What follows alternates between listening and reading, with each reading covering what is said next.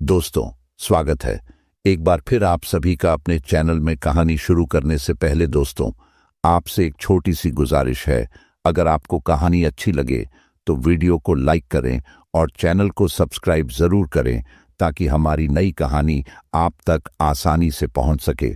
दोस्तों, आज की यह कहानी मेरे ही गांव के पड़ोसी, गांव के रहने वाले राम सिंह की है, जिन्हें मैं अच्छे से जानता भी हूं। हाल ही में कुछ दिन पहले, यही करीब एक सप्ताह पहले, मैं अपने गांव गया था क्योंकि हमारे गांव में एक नए मंदिर का निर्माण हुआ था, जिसके उद्घाटन के लिए गांव के सभी लोगों को, और जो अब गांव से बाहर शहर में रहते हैं और आसपास के गांवों में, सभी को आमंत्रण दिया था। जिस वजह से मुझे मेरे गांव जाना पड़ा और वहीं पर मेरी राम सिंह से दोबारा मुलाकात हुई। हम मिले और कुछ बातें की। जब बातों ही बातों उन्हें पता चला कि मैं लोगों की आप बीती डरावनी घटनाओं को कहानी के रूप में लोगों को सुनाता हूं, तब उन्होंने मुझे अपने साथ हुई एक ऐसी डरावनी कहानी के बारे में बताया। उन्होंने मुझे अपने साथ हुई कच्चा कलुआ की कहानी बताई। जी हां, आपने सही सुना, कच्चा कलुआ की कहानी। दोस्तों, जैसा कि आप लोग जानते ही होंगे कि हमारे हिंदुस्तान में जब किसी बड़े या बुजुर्ग लोगों की मौत होती है तो उन्हें जला दिया जाता है, लेकिन जब टाई बाई किसी छोटे बच्चे की मौत होती है तो उसे जलाने की बजाय दफना दिया जाता है। ऐसा माना जाता है कि बच्चा अपने पिछले जन्म में पाप का राक्षस रहा होगा, जिसके कारण उसे इतना भयानक कर मिला। तो चलिए दोस्तों, ज्यादा समय बर्बाद न करते हुए इस कहानी को अब हम राम सिंह के नजरिए से ही सुनते हैं। नमस्कार साथियों, मेरा नाम राम सिंह है और जब यह घटना मेरे साथ हुई थी उस वक्त हमारे घर में शौचालय नहीं हुआ करता था। यानी कि यह घटना आज से लगभग 18 साल पहले की है। उस वक्त हमारे गांव के कुछ घरों को छोड़कर किसी के भी घर में शौचालय नहीं था और इसी वजह से गांव के सभी लोग खुले में ही शौच करने के लिए जाया करते थे। वो घटना भी मेरे साथ उस वक्त ही हुई थी जब मैं खुले में शौच करने के लिए जाया करता था, लेकिन उस घटना के होने के बाद मैंने हमेशा के लिए ही खुले में शौच करने जाना बंद कर दिया। दरअसल बात यह हुई थी कि उस वक्त किसी के भी घर में शौचालय नहीं थे और गांव के सभी लोग सुबह का दिन निकले से पहले, यही करीब सुबह 5 बजे से पहले ही गांव के पीछे की तरफ जो जंगल था उसमें शौच करने के लिए जाया करते थे और मैं भी उन्हीं लोगों में से एक था। लेकिन जिस तरफ गांव के सभी लोग शौच करने के लिए जाते थे उसी तरफ हमारे गांव का शमशान घाट भी हुआ करता था। और जैसा कि आप जानते हैं कि अगर किसी छोटे बच्चे की मौत हो जाती है तो उसे जलाया नहीं जाता है, बल्कि उसे मिट्टी में ही दफना दिया जाता है। और हमारे गांव में ऐसे कम उम्र में मरने वाले बच्चों को उस शमशान घाट के बगल में जो खुला पड़ा मैदान था वहीं पर दफनाया जाता था और उसी खुले मैदान के अगल बगल में गांव के सभी लोग शौच करने के लिए जाते थे। मैं भी अक्सर उस तरफ शौच करने के लिए जाता था। यह उस दिन की बात है जिस दिन शाम होते होते मुझे ऐसा एहसास हो रहा था कि जैसे आज मेरा पेट कुछ ठीक नहीं है। मुझे ऐसा लग रहा था कि जैसे आज मेरा पेट खराब है और थोड़ी ही देर बाद मुझे शौच जाने की जरूरत पड़ती है। लेकिन अभी तक सूरज छिपा नहीं था और मैं सूरज छिपने का ही इंतजार कर रहा था ताकि अंधेरा होने के बाद मैं उस तरफ खुले में थोड़ा हल्का होने के लिए जा सकूं। अब जैसे ही थोड़ा दिन ढलने के बाद चारों तरफ अंधेरा होता है तो मैं उस खुले मैदान की तरफ हल्का होने के लिए निकल जाता हूं।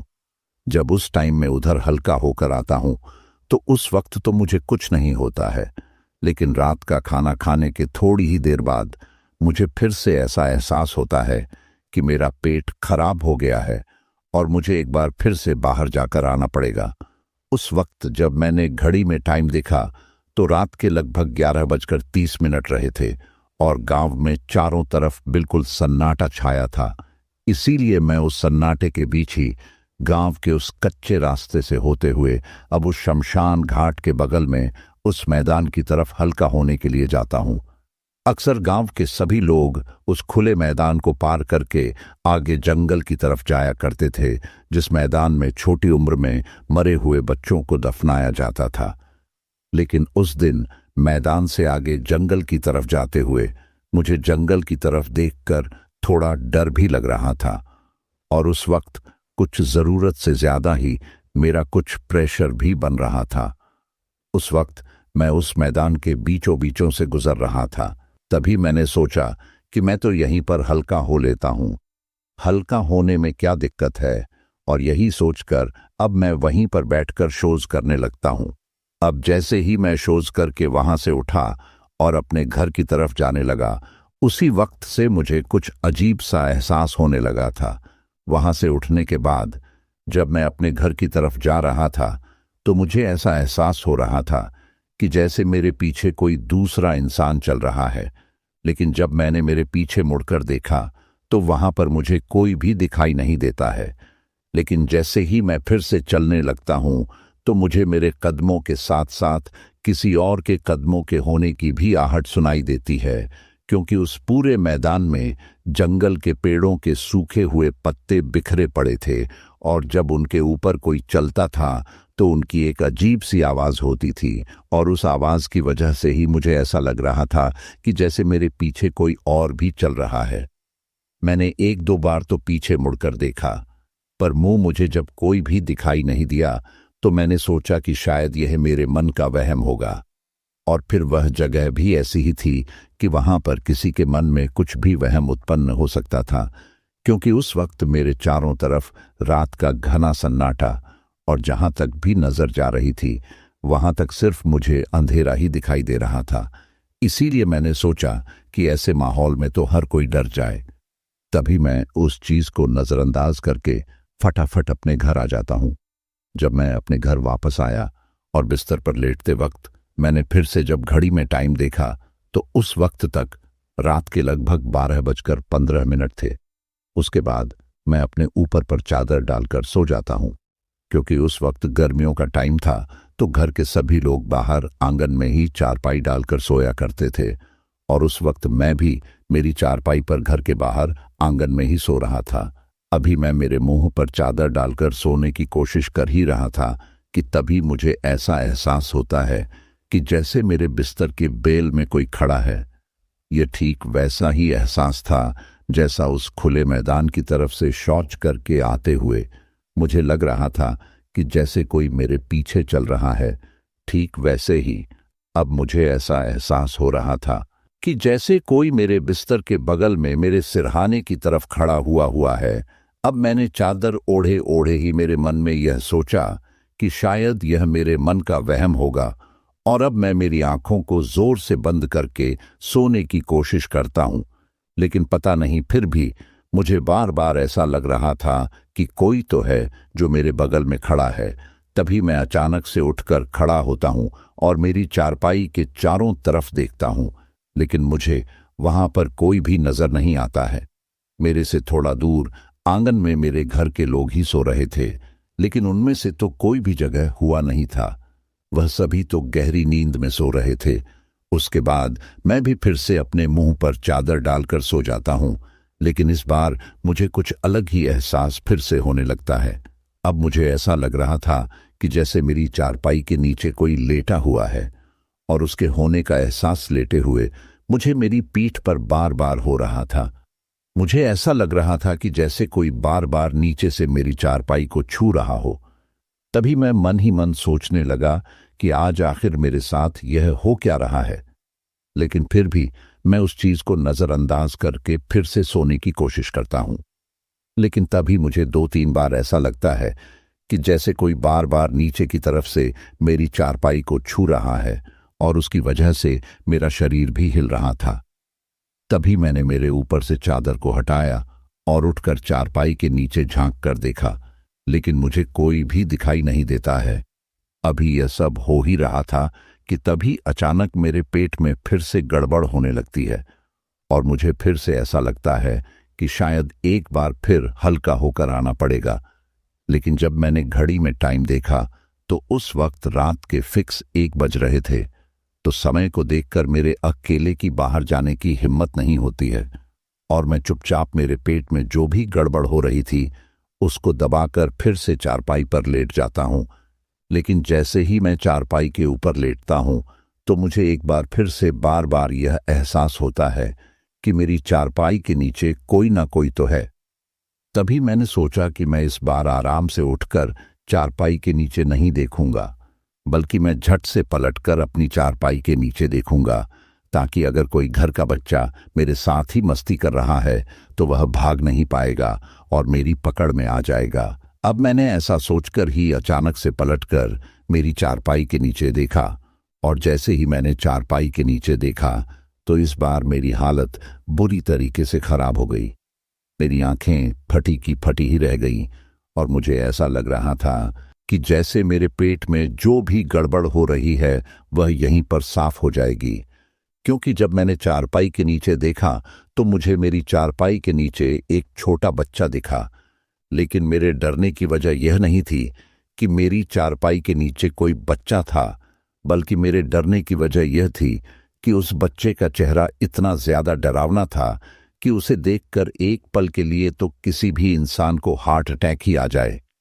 क्योंकि जब मैंने मेरी नजरें मेरी चारपाई के नीचे की तरफ घुमाई तो मैंने देखा कि वह बच्चा मेरी चारपाई के नीचे एक अजीब ही तरीके से बैठा हुआ था, और उसके चेहरे पर इतनी ज्यादा झुर्रियां थीं कि इतनी झुर्रियां तो किसी बूढ़े आदमी के भी नहीं होती, और उसकी आंखों के बीच का जो काला कांच था वह बिल्कुल गायब था, और उसकी आंखें पूरी तरीके से सफेद थीं, जो कि उस अंधेरे में काफी चमक रही थी।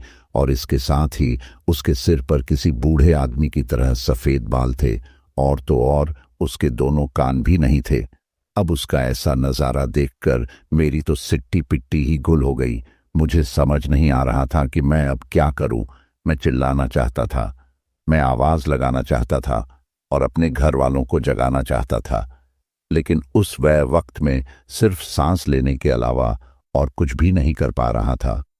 उसके बाद उस अंधेरे में मेरी तरफ देखकर वह बच्चा अजीब तरीके से मुस्कुराता है, और जब वह मुस्कुराता है तो उसके मुंह के अंदर से मुझे उसके दांत दिखाई देते हैं, जो कि पूरी तरीके से काले पड़े हुए थे, और बीच बीच में से कुछ दांत टूटे हुए भी थे, और उसका एक दांत बहुत ही ज्यादा लंबा था जो कि होठों के बाहर तक आया हुआ था। अभी मैं चारपाई पर उल्टा लेटकर बस उसकी तरफ एक तक देखे ही जा रहा था, और मुझे ऐसा लग रहा था कि जैसे अब थोड़ी ही देर में मुझे हार्ट अटैक आ जाएगा।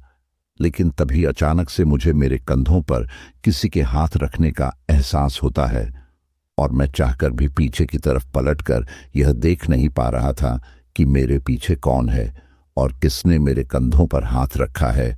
तभी मुझे मेरे कानों में किसी की कोई आवाज सुनाई देती है, और जब मैंने गौर से सुना तो वह आवाज मेरे पिताजी की थी। पिताजी की आवाज सुनकर मेरे अंदर थोड़ी हिम्मत आती है, और मैं पलटकर जब उनकी तरफ देखता हूं तो वह मुझे कहते हैं कि अरे राम सिंह, क्या हुआ? तू इस तरह से उल्टा क्यों लेटा हुआ है? तेरी तबीयत तो ठीक है ना? तभी मैं उनसे कहता हूं कि हाँ, तबीयत तो थोड़ी ठीक है, लेकिन आज पता नहीं पिताजी मेरे साथ कुछ अजीब हो रहा है। तो उन्होंने मुझसे पूछा कि क्या हुआ? तो मैंने उन्हें अब तक मेरे साथ हुई सारी बात बताई, यहां तक कि मुझे कोई चारपाई के नीचे बच्चा दिखाई दे रहा है। मैंने यह भी उनको बताया। तभी पिताजी ने नीचे झांककर मेरी चारपाई के नीचे देखा, और वह मुझे हंसकर और कहते हैं कि अरे, ये तेरे मन का कोई वहम होगा, चारपाई के नीचे कोई भी नहीं है, और अब तू चुपचाप सो जा। तभी मैं उनकी बात मानकर फिर से सोने की कोशिश करता हूं, और अब पिताजी भी अपनी चारपाई पर जाकर सो चुके थे। अभी मैं चादर ओढ़कर सो ही रहा था कि तभी मुझे मेरे चादर के अंदर किसी मच्छर के होने का एहसास होता है। वह बार बार मेरे कानों के पास आकर आवाज कर रहा था, इसलिए मैंने उसको दूर भगाने के लिए झट से अपने चेहरे के ऊपर से चादर को हटा दिया। लेकिन जैसे ही मैंने मेरे चेहरे के ऊपर से चादर को हटाया तो एक बार फिर से मेरी आंखें फटी की फटी ही रह गईं, और इस बार मुझे समझ आ चुका था कि मेरे साथ कुछ बहुत ही ज्यादा गलत हो गया है, और शायद मैंने उस खुले मैदान में शौच करके बहुत बड़ी गलती कर दी, और मैं वहां से एक ऐसी बला को साथ में लेकर आ गया हूं जो कि बहुत ही ज्यादा खतरनाक और डरावनी है। दरअसल जैसे ही मैंने मेरे चेहरे के ऊपर से चादर को हटाया तो मुझे दिखाई देता कि मेरे घर के आगे की तरफ छत की दीवार पर वही बच्चा बैठा हुआ है जो अभी कुछ देर पहले ही मेरी चारपाई के नीचे मुझे दिखाई दे रहा था। इस बार वह हमारे घर के आंगन की तरफ छत की दीवार पर पैर लटकाकर बैठा हुआ था और उसका वही डरावना चेहरा मुझे फिर से दिखाई देता है। इस बार वह मेरी तरफ देखकर बहुत ही अजीब तरीके से मुझे घूर रहा था। अभी मैं उसकी तरफ देख ही रहा था कि तभी अचानक वह मेरे ऊपर मेरी चारपाई पर कूद जाता है और जैसे ही वह मेरे ऊपर कूदता है तो मेरे मुंह से एक जोर की चीख निकल जाती है और मैं उछलकर मेरी चारपाई के ऊपर से खड़ा हो जाता हूं और मेरे ऐसा करते ही मेरे घर के सभी लोग भी जाग जाते हैं और तभी मेरी माँ मेरे पास भाग कर आती है।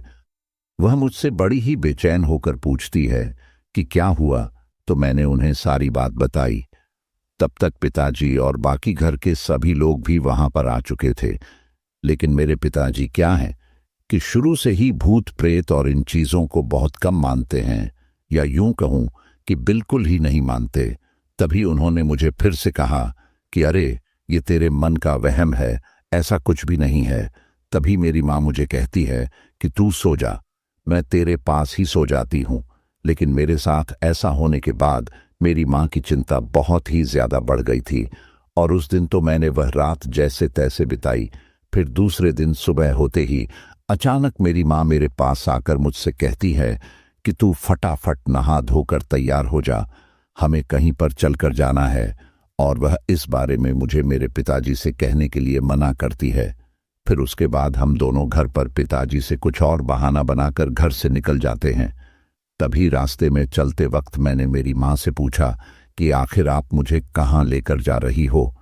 तभी मेरी माँ ने मुझसे कहा कि कल रात जो कुछ भी तेरे साथ हुआ था वह सब गांव में पहले भी कुछ लोगों के साथ हुआ था। तक हम हनुमान जी के मंदिर में जाते हैं और वहां के पंडित जी को मेरी माँ ने मेरे साथ जो भी कुछ हुआ उसके बारे में सब कुछ बताया। तब कुछ ही देर बाद पंडित जी ने हमें जो बताया उसे सुनकर हमारे पैरों तले तो जमीन ही खिसक गई थी और मुझे एहसास हो गया था कि मैंने कल रात उस खुले मैदान में शौच करके कितनी बड़ी गलती कर दी और अब पता नहीं इस गलती का मुझे कितना बड़ा हर्जाना भुगतना पड़ेगा।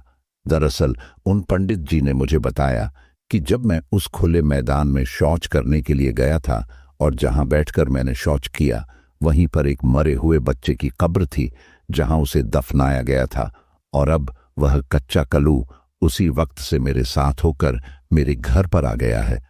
पंडित जी ने कहा कि अगर जल्दी ही इस चीज का इलाज नहीं करवाया गया तो वह आप लोगों के घर में से किसी एक इंसान की जान लेकर ही मानेगा, क्योंकि उस कच्चे कलवे की बहुत ही छोटी उम्र में अप्राकृतिक मौत हो है और इसके लिए वह घर में से किसी एक इंसान की जान लेकर ही रहेगा। तभी माँ ने उन पंडित जी से कहा कि आप हमें इस समस्या के निवारण का कोई रास्ता बताइए। तब पंडित जी ने माँ को मंदिर का कुछ बबू दिया और माँ से कहा कि आज शाम को आकर वह घर पर कुछ हवन और अन्य प्रक्रियाएं करके जाएंगे, जिससे उस कच्चा कलवा की आत्मा हमारे घर से दूर हो जाएगी।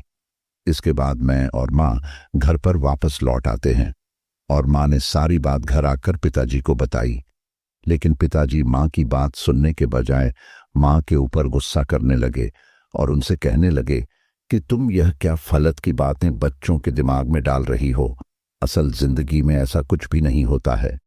कल रात इसके साथ जो कुछ भी हुआ वो इसके मन का वहम होगा।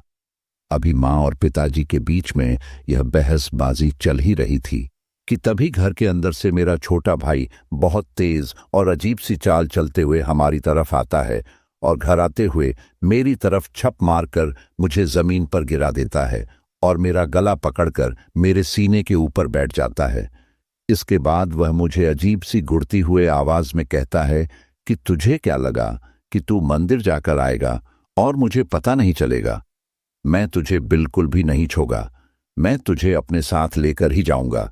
तुम लोगों ने मंदिर में जाकर बहुत बड़ी गलती कर दी है और इस गलती की तुम्हें बहुत ही भारी कीमत चुकानी पड़ेगी।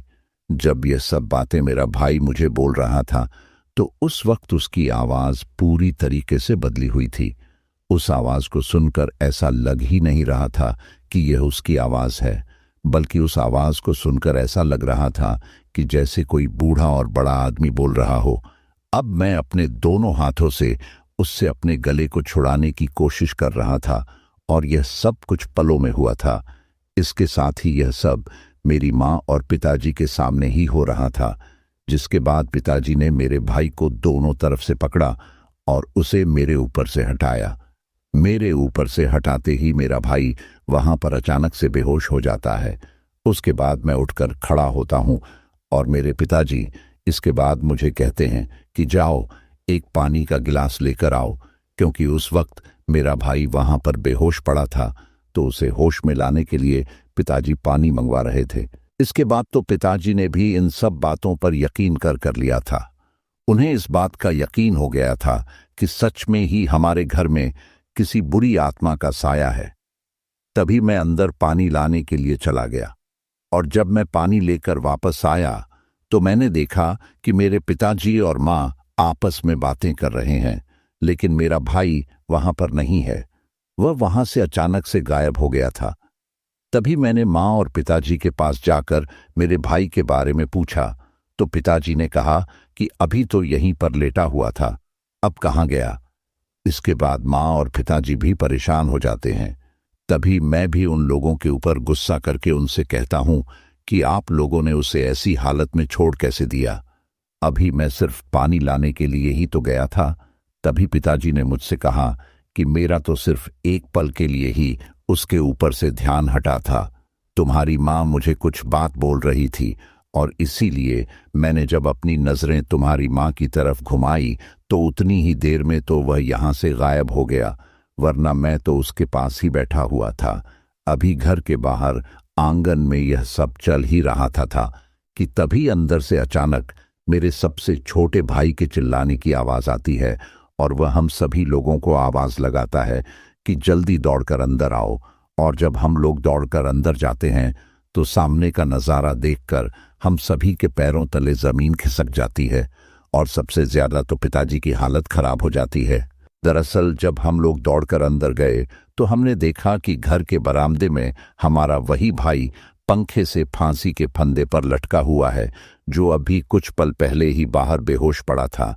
उसे इस तरह फांसी के फंदे पर लटकता हुआ देखकर माँ तो वहीं पर बेहोश होकर गिर जाती है। तभी पिताजी ने भागकर उसके पैरों तले अपने कंधों को लगाया, और मैंने भी जल्दी से ऊपर की तरफ चढ़कर उसके गले से उस फांसी के फंदे को निकाला। उसे नीचे उतारकर जब हम लोगों ने उसकी सांसों को देखा तो अभी भी उसकी धड़कन थोड़ी बहुत चल रही थी। तभी हम लोग फटाफट उसे अस्पताल लेकर जाते हैं, और उस दिन किसी तरह उसकी जान बच जाती है। अब घर में सभी लोगों को इस बात का एहसास हो गया था कि हमारे घर में कोई बहुत ही भयंकर आत्मा है, जो कि घर में किसी एक सदस्य को अपना शिकार बनाकर ही रहेगी। तभी वही अस्पताल में से ही पिताजी ने गांव के एक दो दोस्तों से उन पंडित जी को बुलाने को कहा। उसके बाद शाम होते ही पंडित जी ने घर पर आने का कहा। उस वक्त घर पर कोई भी नहीं था, क्योंकि हम घर के सभी लोग मेरे भाई को लेकर अस्पताल में आ गए थे। उसके बाद शाम होने के साथ जैसे ही हम लोग पंडित जी के साथ हमारे घर पर गए तो वहां पर कुछ बहुत ही ज्यादा अजीब हुआ। दरअसल हमारे आगे आगे पंडित जी चल रहे थे, और यह देखकर तो हम सभी लोगों की हालत बहुत ही ज्यादा खराब हो गई थी। तब तक हमसे भी पहले गांव के कुछ लोग वहां पर आ चुके थे, और देखते ही देखते लोगों का एक जमावड़ा वहां पर जम गया था। तब पंडित जी ने हमसे कहा कि जितना हम लोगों ने सोचा था, ये आत्मा उससे भी कई गुना ज्यादा खतरनाक है, और यह कोई ऐसी वैसी आत्मा नहीं, बल्कि एक कच्चा कलुआ है, जो कि बिल्कुल एक बच्चे की तरह नासमझ और जिद्दी होता है। और अगर एक बार यह किसी चीज को करने की ठान लेता है तो फिर उसे करके ही रहता है।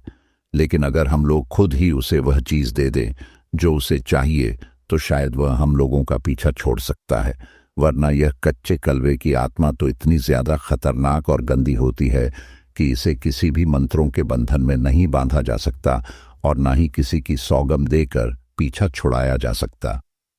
तब पिताजी ने पंडित जी से पूछा कि इसे पीछा छुड़ाने का कोई तो उपाय होगा। तब पंडित जी ने हमसे कहा कि उस कच्चे कलवे को किसी की बलि चाहिए, और अगर हम लोग उसे वह बलि दे देते हैं तो शायद वह हम लोगों का पीछा छोड़ देगा। यह सुनकर पिताजी थोड़ा घबरा जाते हैं, और वह पंडित जी से कहते हैं कि पंडित जी, आप यह कैसी बातें कर रहे हैं? मैं मेरे घर के किसी भी सदस्य की बलि कैसे दे सकता हूं? तब पंडित जी ने कहा कि यह कोई जरूरी नहीं है, और फिर वह हमें बताते हैं कि आप किसी भी जीव की उस कच्चे कलवे के नाम से बलि दे दीजिए, उसके बाद वह आपका पीछा छोड़ दे। लेकिन पिताजी ने कहा कि ऐसा कैसे हो सकता है? किसी जीव की बलि देने से कोई आत्मा हमारा पीछा कैसे छोड़ सकती है? पंडित जी ने पहले ही कह दिया था कि बकरा बिल्कुल पूरा काला होना चाहिए, यानी कि काले रंग का होना चाहिए। उसके बाद उस बकरे को लाकर उस कच्चे कलवे के नाम उस बकरे की बलि दी जाती है और मां काली से प्रार्थना की जाती है कि अब वह कच्चे कलवे की आत्मा हमारा पीछा छोड़ दे। सारी चीजें ठीक होने लगी थीं और उसके बाद हमारे पिताजी ने हमारे घर पर ही शौचालय बनवा दिया था, जिसकी वजह से अब हमने हमेशा के लिए घर से बाहर शौच करने के लिए जाना बंद कर दिया था। मेरा आप लोगों से यही कहना है कि अगर आप भी कभी कहीं पर खुले में शौच करने जाते हो तो पहले उस जगह के बारे में अच्छे से जान लो। इन शौच जैसी चीजों को कभी भी अनजान या फिर ऐसी वैसी जगहों पर नहीं करना चाहिए। तो दोस्तों, आज की ये कहानी आपको कैसी लगी?